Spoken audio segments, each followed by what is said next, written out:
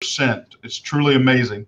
And people are showing their confidence in coming out and that this pandemic, we're going to get through it and we're going to be a healthier nation for it. Refinances were down, but still 67% of the total loan applications out there. Interest rates have increased slightly to 3.43, which is still 1% lower than the same time last year. The latest forbearance data, just shy of 8% of total mortgages are in forbearance. This makes close to 6 million loans to date are in forbearance. And the 10-year Treasury note auction took place yesterday and was met with above average demand. This strong demand pushed the MBS prices higher, and the change in the outlook for the 30-year auctions today shows strength. So in summary, we have a great outlook leaning to a positive financial situation for America, and the real estate industry is going to lead the way for our recovery along with the energy. So in that fact, with that in mind, we're going to be talking about purchase applications last week and on the rise. Today, our topic is critical to understand whether you're selling or you're buying, what goes into a home contract. And of course, with me, as usual, are my wonderful compadres. Tom, how are you doing? Great to see you, sir. Wonderful to have you here. Well, I'm super duper peachy king hunky dory. How about you? Supercalifragilisticexpialidocious, you know? That's what I like hearing. And of course, our wonderful real estate gentleman, Alan Pace with Keller Williams, or excuse me, SWR Group, Keller Williams. How are you, Alan? Good to see you. Real estate gentleman. Well, quantify that. I think it's been a great show. Good being with you again. See y'all later. All right. There you go. Early exit. Okay. Well, how do you beat real estate gentlemen? And we just stop right there. I think that explains it right there. Just all we needed to know. So quantify that. I think it's been a great. Sorry, I was trying to share our video out there to get it going, but hey, Alan, we're talking contracts today. From the listing, from the selling or buying side, let's take in the view of what those important things. Just like last week, we talked about a loan application. There are 4 key areas. What are those key areas that you see on the contract that people need to understand? Well, the contract itself is strategy, both on the buy side, on the sell side, realtor side, and lending side. But to start off with a real estate contract, the first thing I always like to point out is one, I'm not a lawyer. Realtors are not lawyers. There are real estate lawyers. Thank goodness. So I always want to point out to all clients, number 24 on the contract is consultant attorney. So there's a lot of legal spiegel in a real estate contract. It's written by professionals to protect all parties involved in the contract. So be aware of what you sign and don't rely on your realtor to be your attorney. If you have specific questions that you're uncomfortable with the answers, consultate with a lawyer. That's what the difference is. So always start there. And we always say on this show, real estate lending and learning, stay in our lane. And that's what first thing a realtor should do is stay in their lane. So to start out with on a contract, obviously there has to be a property somebody's interested in, and somebody's either selling it or somebody wants to buy it. So the first part of that contract that is just fact. It's the property itself, the legal description of it. So there's no misunderstanding whatsoever. Can I bring in an important part of that about the property and the legal description? And Tom, help me out here, because recently I have had some wonderful success at PIWs. And property inspection waivers are wonderful to get, especially in a purchase or a refinance situation, so that one, we're not having to get an appraisal done. The agreed upon value inside the contract is good. But two, it saves money and makes the process a little shorter. So talk to us about the legal description and how that helps out with MERS data and Well, why those PIWs happen. Let me bug you real quick, Blair, for our listeners. On the PIW, you might quantify when those exist as far as circumstances. You do a PIW on a VA loan? No, Do it on an FHA? no, Do it on USDA? no. Okay. So we're talking about only here conventional conforming loans for our listeners to totally understand that. And I Okay. just wanted to make sure we were clear on that before we proceed. Alan, what was this question? Answer. Let's go ahead and get the legal description stuff. Sorry. Oh, that's okay. Yeah. Well, go ahead, Blair. Did you have a question? Well, I wanted to take a little bit step further, is that legal description helps understand between the lending solution and the contract, so that the data in the background on the conventional mortgage is able to do multiple things. It allows the value that you guys have determined the home for and the purchase price, but it also it makes the process a little shorter by having that legal description. How often do I not see that legal description in there, only an address? And so I guess I want to bring out the importance of that. Well, that's why the contract is written the way it's written. You're gonna get land, block, lot, description, zip code, and when a realtor is entering things like this into software, the software now helps us pull down the legal description. Right. So again, as a realtor, we fill these out. Okay, we fill them out. Some of it's done automatically. Some of it, we look up and things like that. But the legal description is what it is, and there could be no messing with that whatsoever. You have to know what you're selling. You have to know what you're buying, and obviously, as a lender, you need to know what you're lending for. So that's a very important start. And from there, it just gets common sensual. We go to sales price. Well, how much is it listed for? X amount. How much are you offering? Well, this amount. And in there, we get talking a little bit about the loans, down payments, what type loan. If you're a buyer, there's a lot of options for you out there. VA, like Tom he just listed them. I think he listed them all. So the majority of them. If you're a seller, certain loans look better than others. So it becomes a strategy on how it's presented. And that's where realtors, they'll play a little bit of strategy with a loan type. Not always correctly. They're people, they make mistakes, but there are,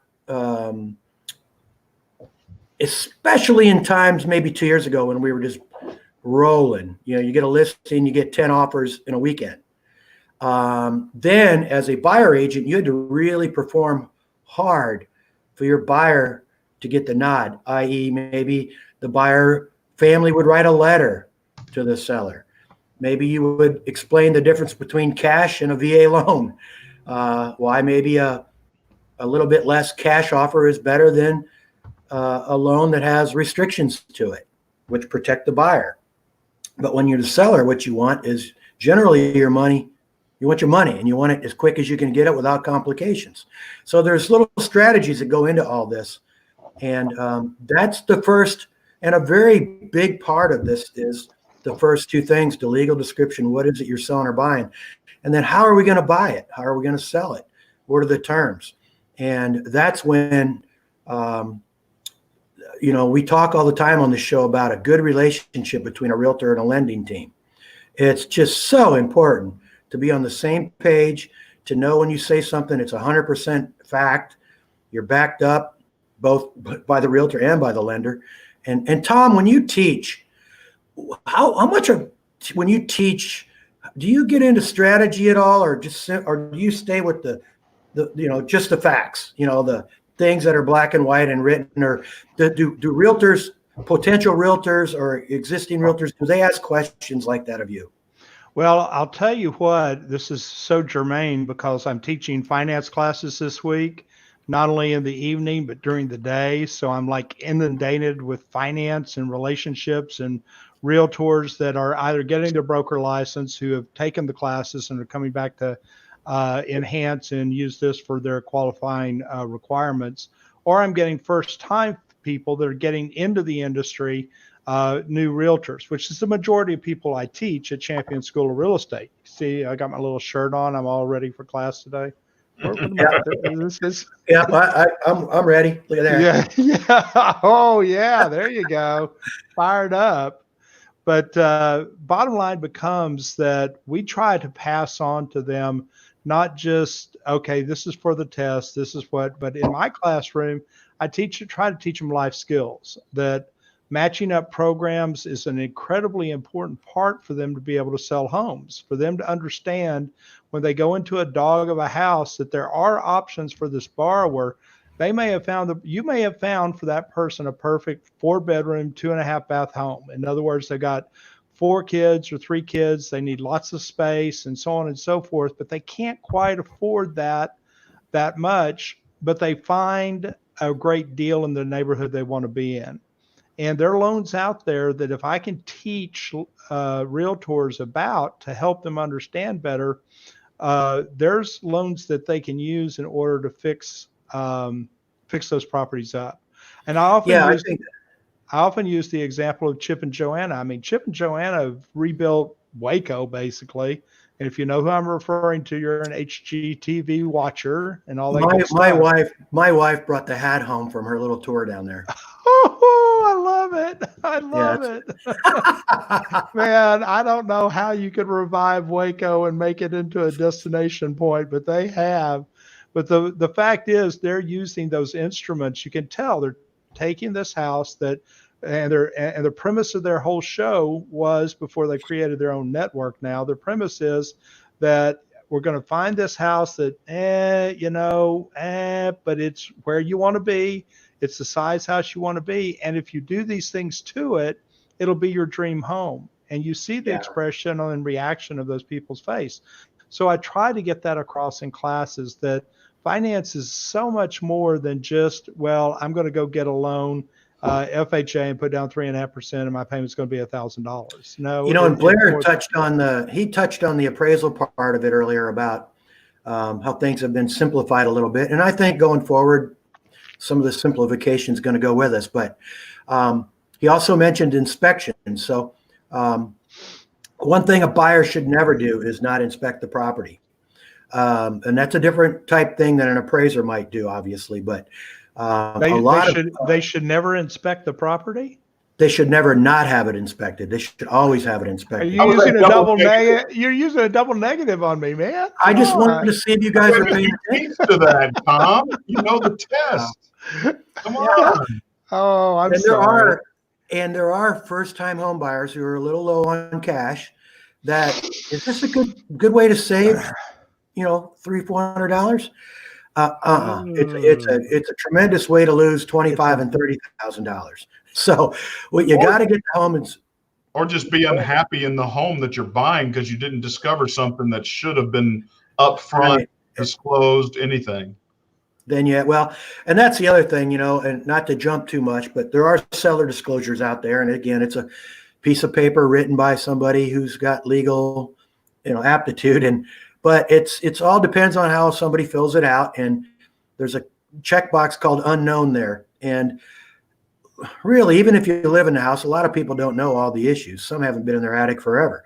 So inspections they're huge. They're just a big, big deal.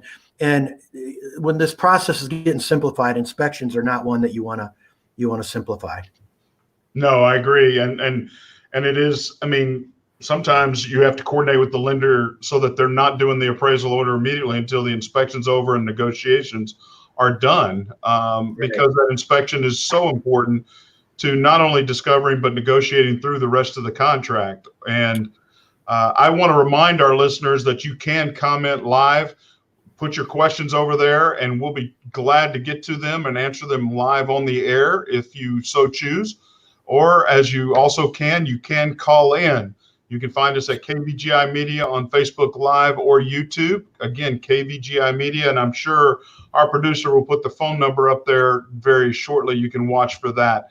So we've gotten through the part, the first page or so. Now, one of the things that I find interesting in the contract is the title company and the selection of the title company, as well as why so many first-time people, why is a title important at all?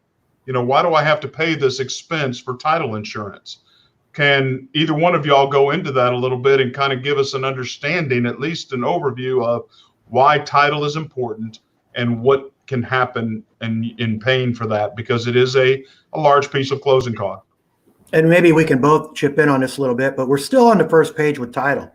And it's important, obviously. Title does a lot of the hard paperwork, I want to say, underneath. They coordinate with everybody involved, lender, they coordinate with realtor, they coordinate with buyer and seller. So title is that one entity that's involved with everything, or at least one of them. And clear title is huge.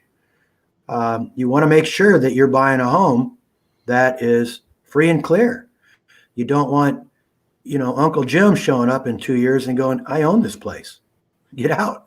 So, and that's very simplistic, but when you get a contract, you have a couple days to put your earnest money in there, your good faith money, as well as, you also owe an option fee. Sometimes you can do that at title, but it's recommended that go directly to the seller. So, but title gets involved very heavily, very deeply right off the bat. And they're a big player in this all the way through the end. And you talked about clear title, Tom or Alan. Can you give us a story? Help our listeners understand, what do you mean by clear title? I don't understand. I mean, this is a large closing cost fee to me in buying this home. What is title doing for me in this process? Well, fee to you. That's another thing. Now, we were talking strategy earlier. In a seller's market, a lot of time can be negotiated too. A buyer might actually pay for clear title. That was going on quite a bit during the boom time. Hey, I'll pay for that. It's typically just a little under 1% of the price of the house is what it costs to run that title insurance and things. But clear title is just simplistically, it is what it says. It is free and clear of any encumbrances. It doesn't have any issues along with it. Tom, I don't know. Can you explain it any? That's very simple. Well, I think you hit it on the head. You want the assurance when you buy a house that there's nothing in the past history of that house that would hurt you from conveying it later to somebody else. And that's what title insurance is really the essence of what it's doing.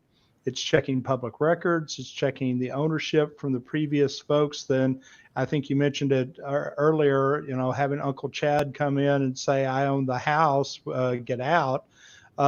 Is the house, and has it been passed through estate? Has it been properly probated when it was passed through the will process?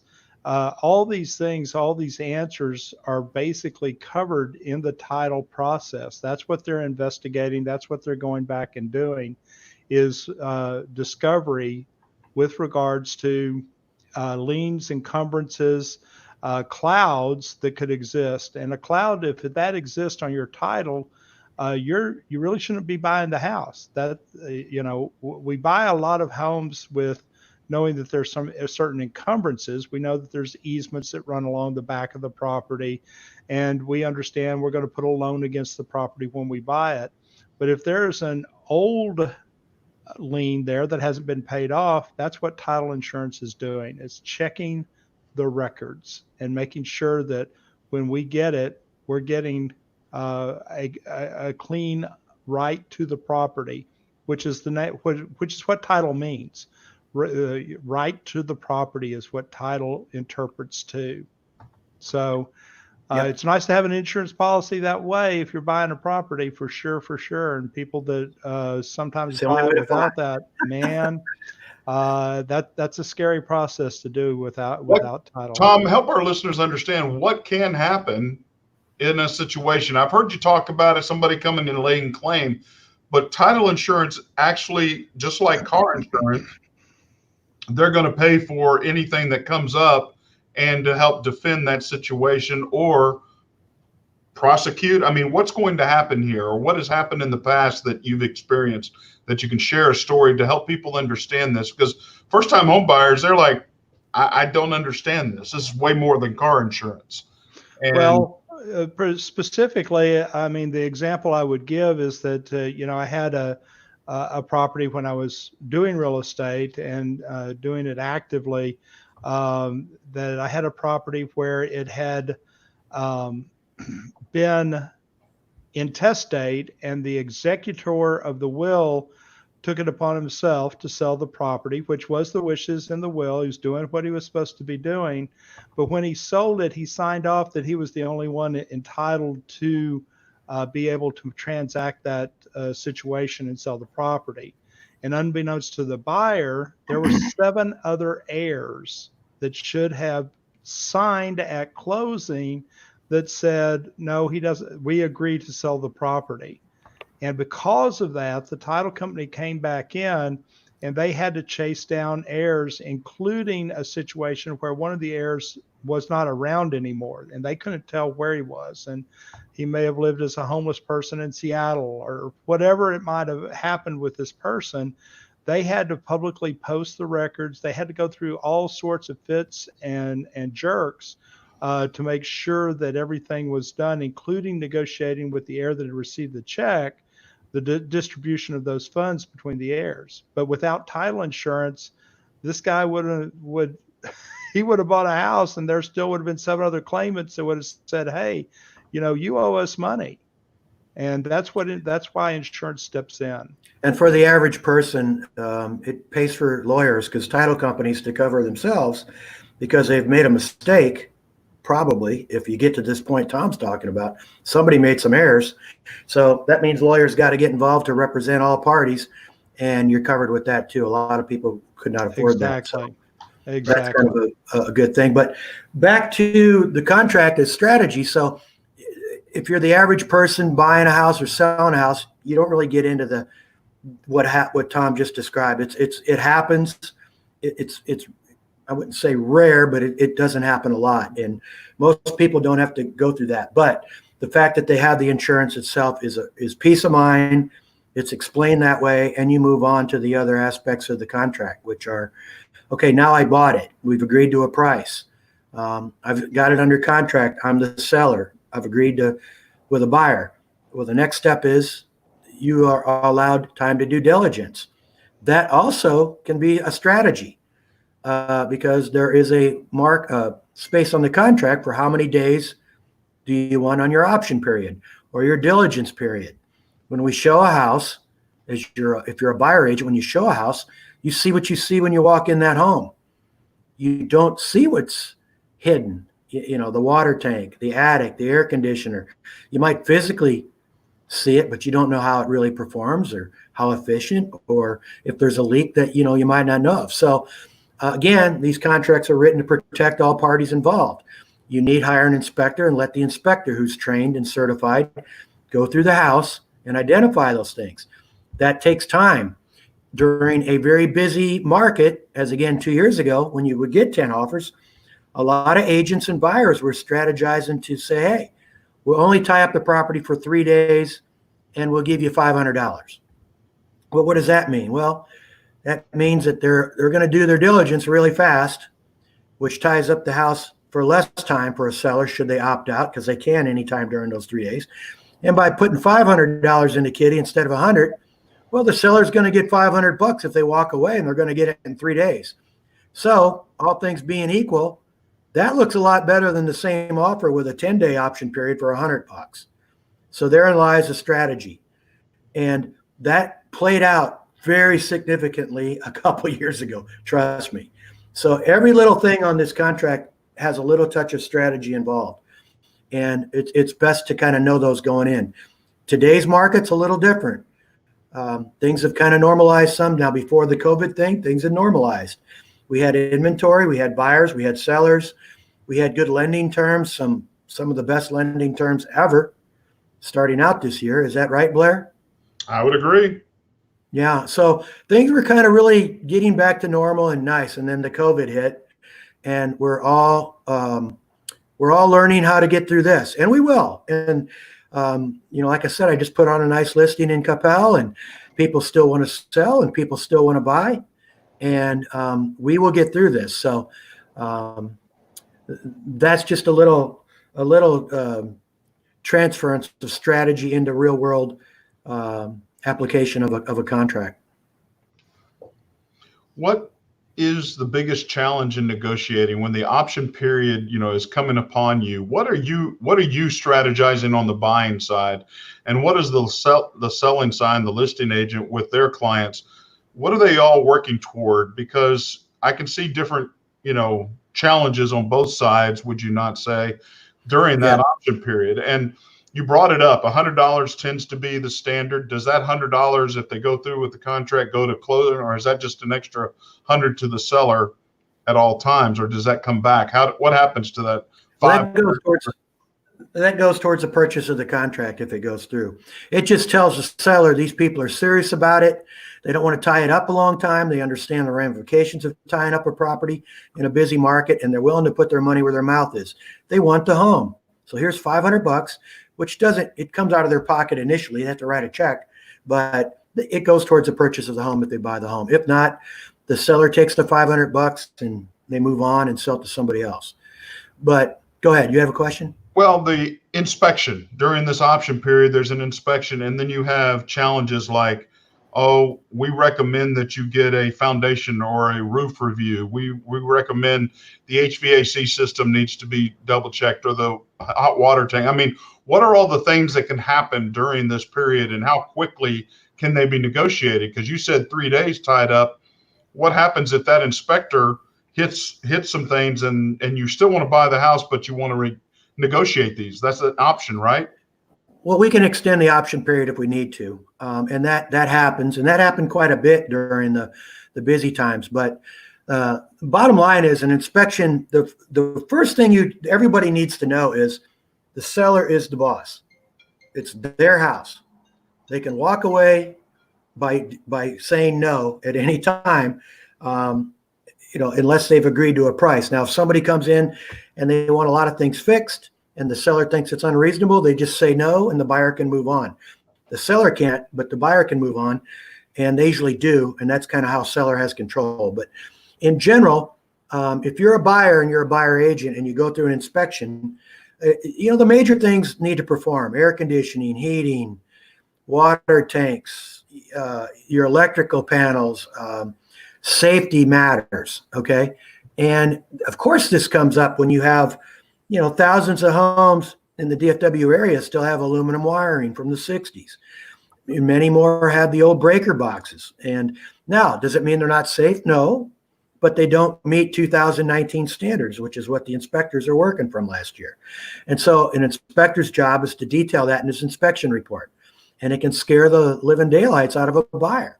So that is part of the negotiation of it. So, but to get to the basics of it, the major things need to work. And a seller needs to be aware that there's a major issue. Now, a seller can go, I've lived here 20 years. It's never been a problem. That's their prerogative. It's their house. Okay, well, then we're not going to buy it. Mr. Seller, okay, fine. Or, well, what do you want? And then we put a list of things that we want, And generally what most people want is safety. That's a given. If somebody doesn't want to fix a safety issue, then the advice to a buyer is always, don't do it. Don't do this. This is not safe. And generally we'll get that addressed. A seller will go, I just wasn't aware. And they probably weren't, but now they are. And somebody, they want to sell it, so somebody's going to buy it. The next person's going to bring it up too. So it all kind of runs together. So you fix the electrical panel, you fix the foundation's a whole different thing. We'll get to that last, but you'll fix the air conditioning and heating. Standards change. So those things need to be addressed. The little things, those are things you sometimes the buyer agent will throw in a lot of little things and then help them go away to get the big things fixed. Well, we're not being unreasonable. We'll get rid of these 5 things if you fix these 2. And then a seller, depends on who their agent is, they'll say, well, they're not being unreasonable. Let's just do this. We got to do it anyway. So there's a lot of strategy there, but it usually gets done. Most option periods are 7 days. Some are less, but a few are 10 days. But we can generally get that done within that period because all parties are motivated. Nobody makes a penny until it closes. The lender doesn't, the agents don't, The seller doesn't get any money, and the buyer hasn't got a place to live. So there's motivation there generally. Where you get into a problem sometimes is the emotion. Everybody's emotional. Something, it's like a seller's emotional. I've raised 3 kids here, and they're not a problem. What do you mean I'm emotional? What do you mean? Exactly. Keep your socks on. And here it comes. Oh no! Don't bring out the socks. Here it comes. Oh, you treat me better than that. Okay. No, I don't want you to treat me badly. Okay. You treat me good. Okay. For it. That is spot on. That is spot on. Well done, Tom. And that is exactly how it is a lot of times. Now, a buyer, on the other hand, there might be their first home. And they love this place. Oh, it doesn't matter. We'll fix it when we get there. And, you might not have the money to fix it when you get there. Blah, blah, blah. So there's a lot goes into this. But the last thing you mentioned was the foundation. And Tom can really address it because he owns multiple properties. But foundations in North Texas go together. All these houses move. The majority of them do anyway. Caliche clay, water, drought, too much water. We have houses going up. We have them coming down. We have them going left and right. They go everywhere. So most houses have settled. In fact, they all have if they've been around a while. And a lot of them are fine. I mean, they're within parameters. And, if you got a 30-year-old house and it's just barely off, you're good. I mean, generally you're good. It's been through the tornadoes and the droughts and the swamp times, and it's been through stuff, and it's moved well. It's worked, but a lot of them haven't. And I don't care if you're spending $800,000 on a house or $180,000 on a house. There's issues with foundations in North Texas, and foundation companies are all different. Well, we're the best. We go to Bedrock, or we do this, or we do that. We use steel, or we use this, we use that. Well, it's the one business that's hard to understand because an average person, when a professional gives you 5 different reasons why, 5 different companies give you a reason why theirs is better, where am I at? I'm starting all over here. So it's difficult sometimes with foundations. And again, that's where, lending comes in. And I'm sure, Blair, there's a lot of, FHA, the foundation's not right. You're not going to get the loan. VA, if you're paying cash. I was going to ask a question of you just in reference to the inspection to the appraisal. How often does it happen that, okay, the inspection's gone through, it's been negotiated, but then the appraiser comes in and says, here's the value, but you've got to repair this, this, and this. Does that happen often? Because those are requirements that cannot be ignored. It's non-negotiable once the appraiser says it. The inspector, it's negotiable. But appraiser says it, the loan's not going to go through if this is not done or checked or what. So how often does that happen? Well, I wouldn't say it happens a lot. It happens. But so the bottom line is if you're not going to get the loan, nobody wins. Okay, everything stops, obviously. And that's why we do inspections. That's why these contracts are worded by the professional lawyers in real estate to protect all parties involved. It's the third-party vendors that you have to really be careful with. And I'm not saying appraisers third party. I'm talking about the foundation companies. They all have a different way of doing things for a different price.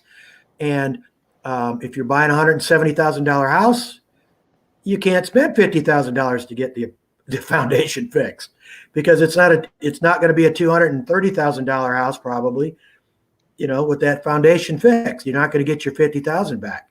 But that's why a lot of people pay cash for those foundated homes that don't qualify for loans. In fact, a lot of the listings, and Tom knows this, he's a professional buyer.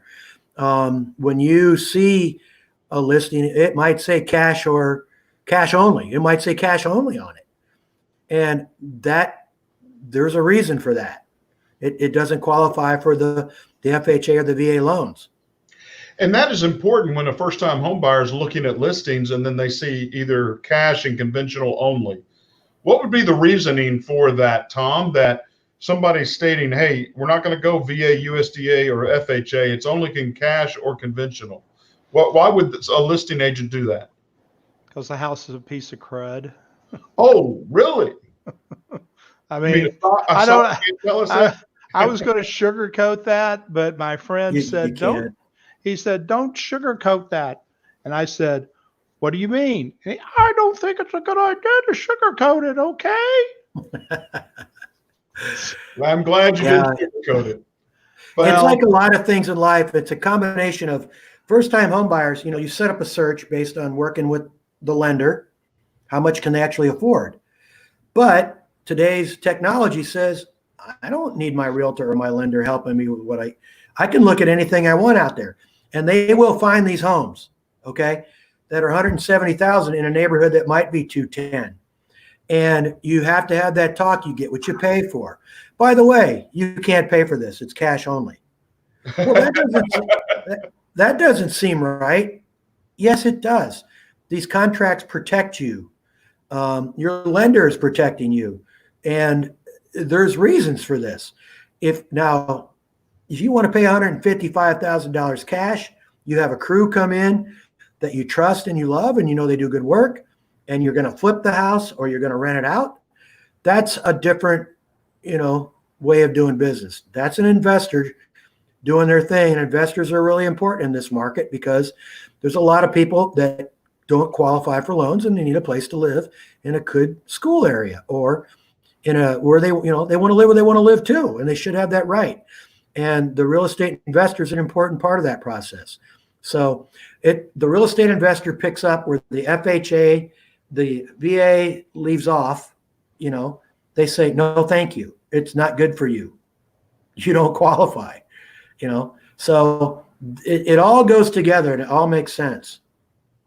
Do you see a lot of times when somebody's listing that they do that, they put that stipulation on cash or conventional only because VA is so hard or FHA standards are hard?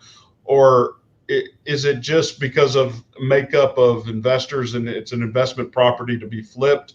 I mean, I'm trying to get a feel for it because you brought up some very interesting data points that I hope our listeners are understanding because, they trust a realtor to do their looking for them and why, what they best fit their desires, their needs, and what they've communicated. But like you said, people are going to continue to look and they need to know that. Those different responsibility is a big thing. It's the biggest purchase you're going to make in your life for 99% of us, most likely. And, you got to do your own diligence too. A good realtor is important and a good lender is important, but yeah, you need to work at it. And I always tell my buyers, we're a team. We're going to outwork the rest of them. That's what we're going to do. But you always give the right advice, the correct advice. And you start with you get what you pay for. If it's like Tom, he said it perfect. It's a piece of crap. Or it wouldn't be priced at $155,900. I thought you sugarcoated better than that, Tom. No, I mean, Tom, you're the professional here. I mean, you're not going to go into a neighborhood and pay market price for a home and put a renter in it generally, unless, I don't know, times are really tough. But in general, you have the ability to get a decent deal, right? Yeah, you have that ability. And of course, even as an investor, I would say the good thing about just about every investor, they're not going to buy a piece of crud and then try to put people in it. Too much liability. I mean, you don't have fire,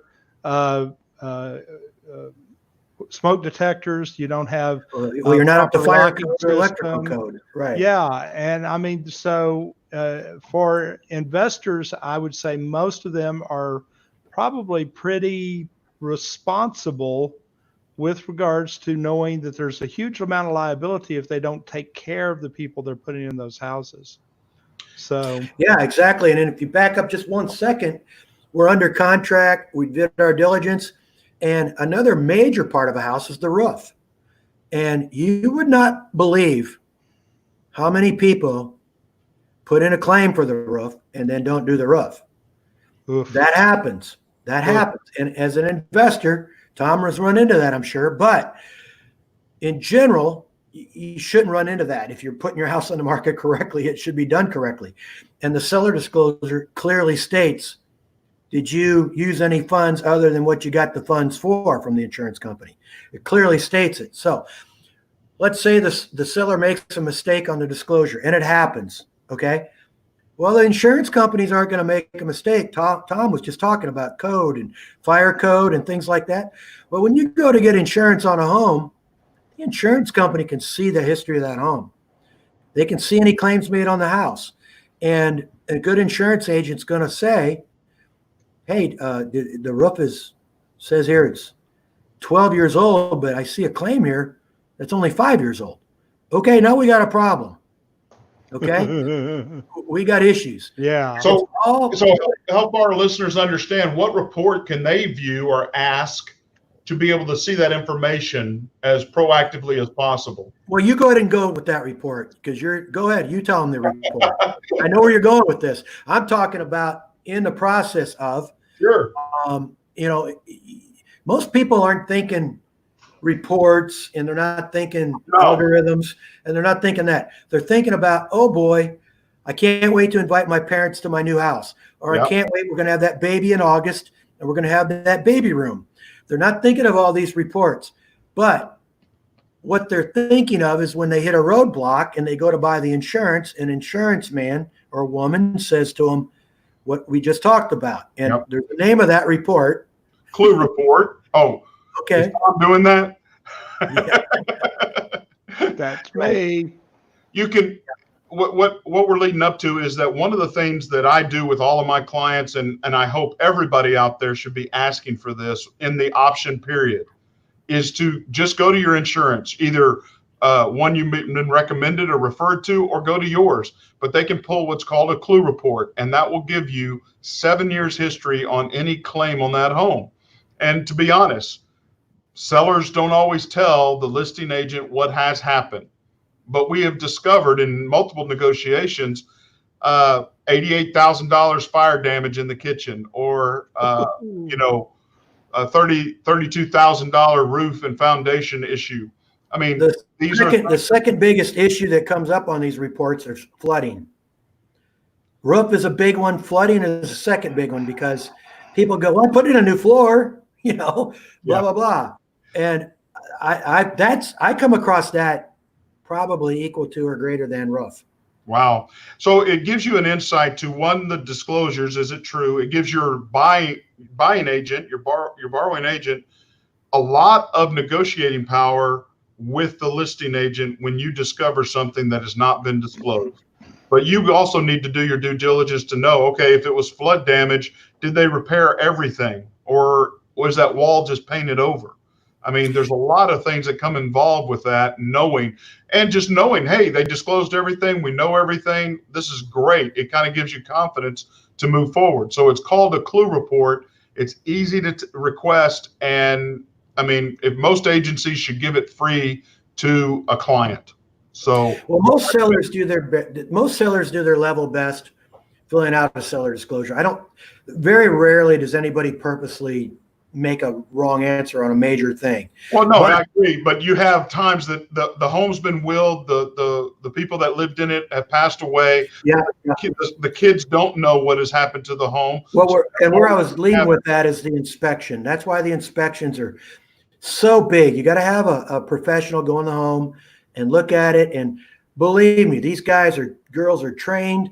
They can spot water damage where you can't.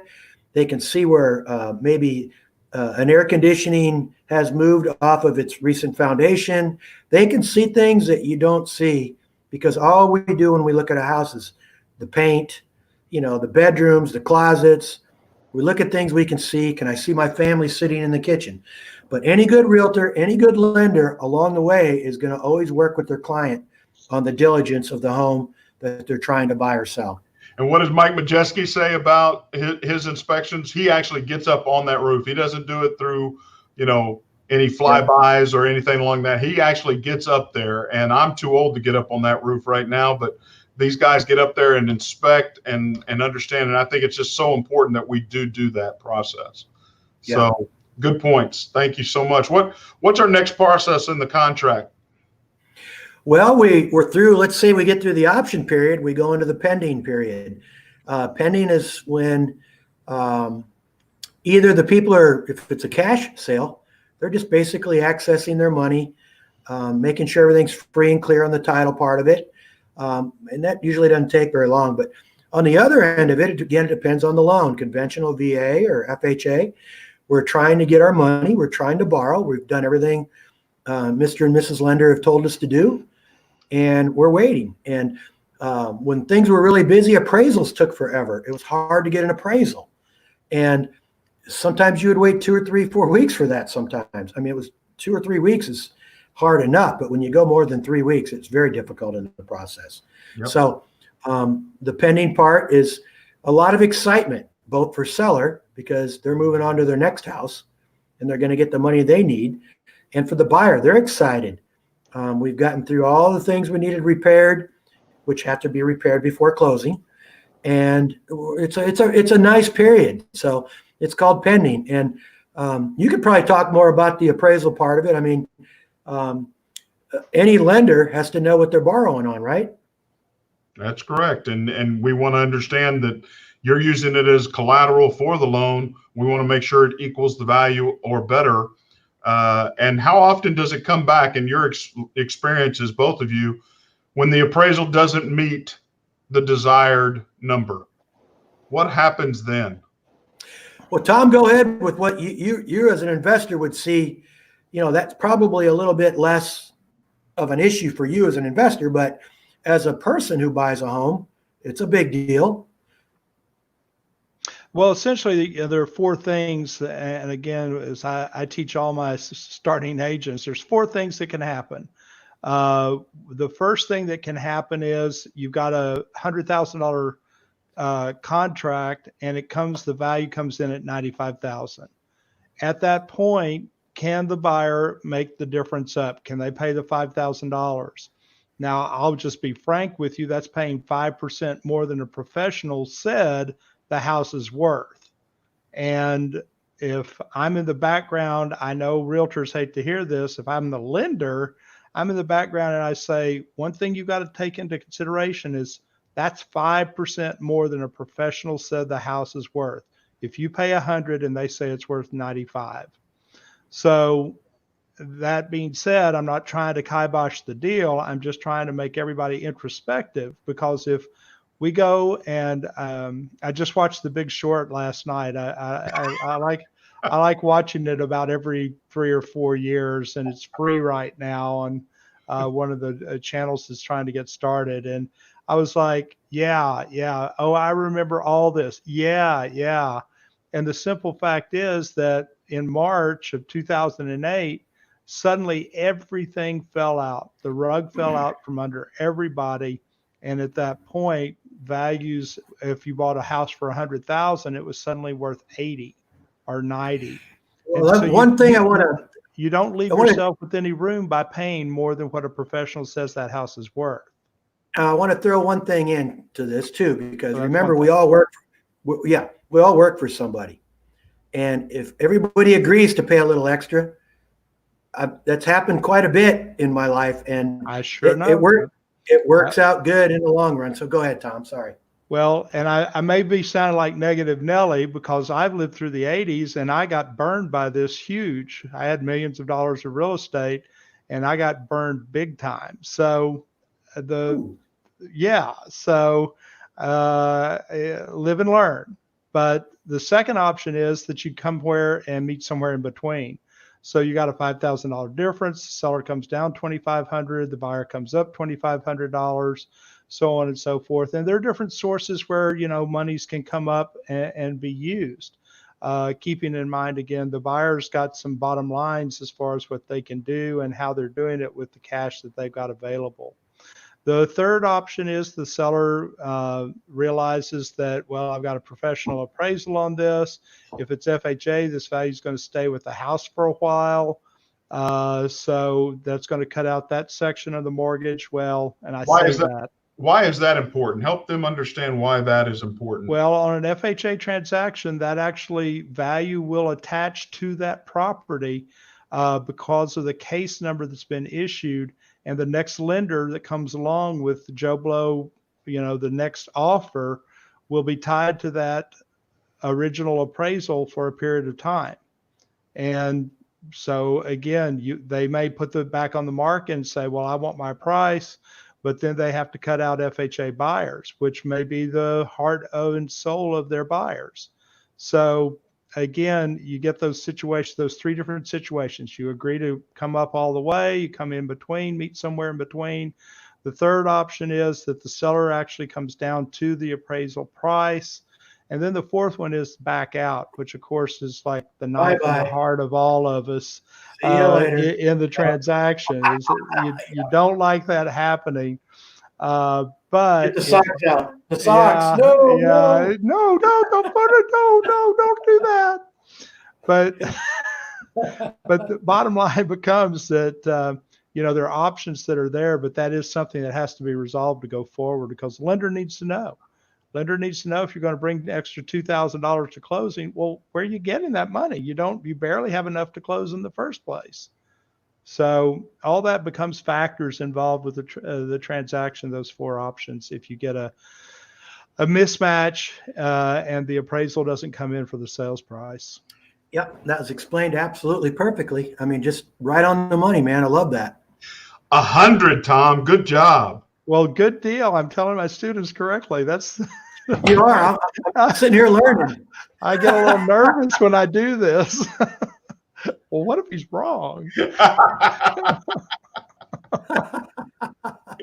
Yeah, you didn't talk about the under the table money to the appraiser. Yeah, let's talk about that. Oh, that's a good idea. It ties into strategy. I like jail. Orange is my favorite color. Oh, you do look good in orange. You got to admit, you're human. Everybody likes feedback. I can agree with that. Yeah, I hear you. No, but and he mentioned something about the appraisal sticks with the property, and again, that can go to strategy in a busy market. And fair or not fair, there was a lot of FHA, VA people FHA people not necessarily getting the homes if they were up against cash or conventional. And when you don't have a lot of multiple offers, I love FHA loans. People are using them for a reason, and that's what they're designed for. It's a good loan. It goes very smoothly. But in times when there's 10 offers, when a realtor is representing a seller, you got to go through the loan part of it too. And you try to keep it stupid simple and explain it best you can. And if you can't explain it right, then you have them talk to a lender and have the lender explain it right. And again, stay in your lane. If you're not sure what you're talking about, stay in your lane, because there's good reasons. Everything is written for a reason. And these contracts, again, they are written to protect all parties involved. That is great. And of course, ultimately we get to a clear to close. That contract comes to fruition at the title. Now, real quick, talking to people, whether it be first time home buyers or not, we're seeing a lot of changes in digital signing. At least I am. And I believe in digital signing. I believe in remote closings. Are we seeing that in the industry with the title companies, that we're doing more digital signing of closings in what you've seen or what you've experienced, either one of you? Go ahead, Tom. I mean, I've got an answer too. The biggest thing that comes with title companies is they have drug their feet just about as well as the mortgage industry has drug their feet with regards to closing electronically, because it's been around. We've actually had the capacity to close electronically for more than a decade, and that doesn't shine brightly on our industry as far as our wanting to burn down trees or cut down trees or whatever.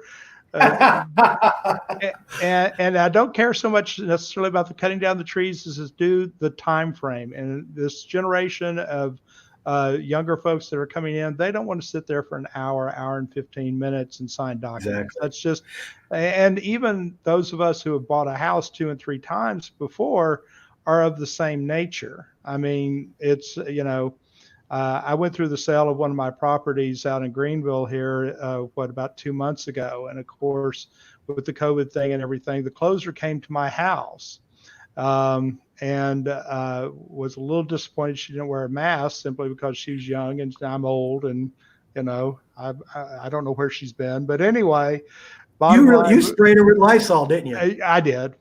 That took care of that. I was like, well, you don't have a mask, but here, let me give you a little dose of this. Whoosh, just like bug spray.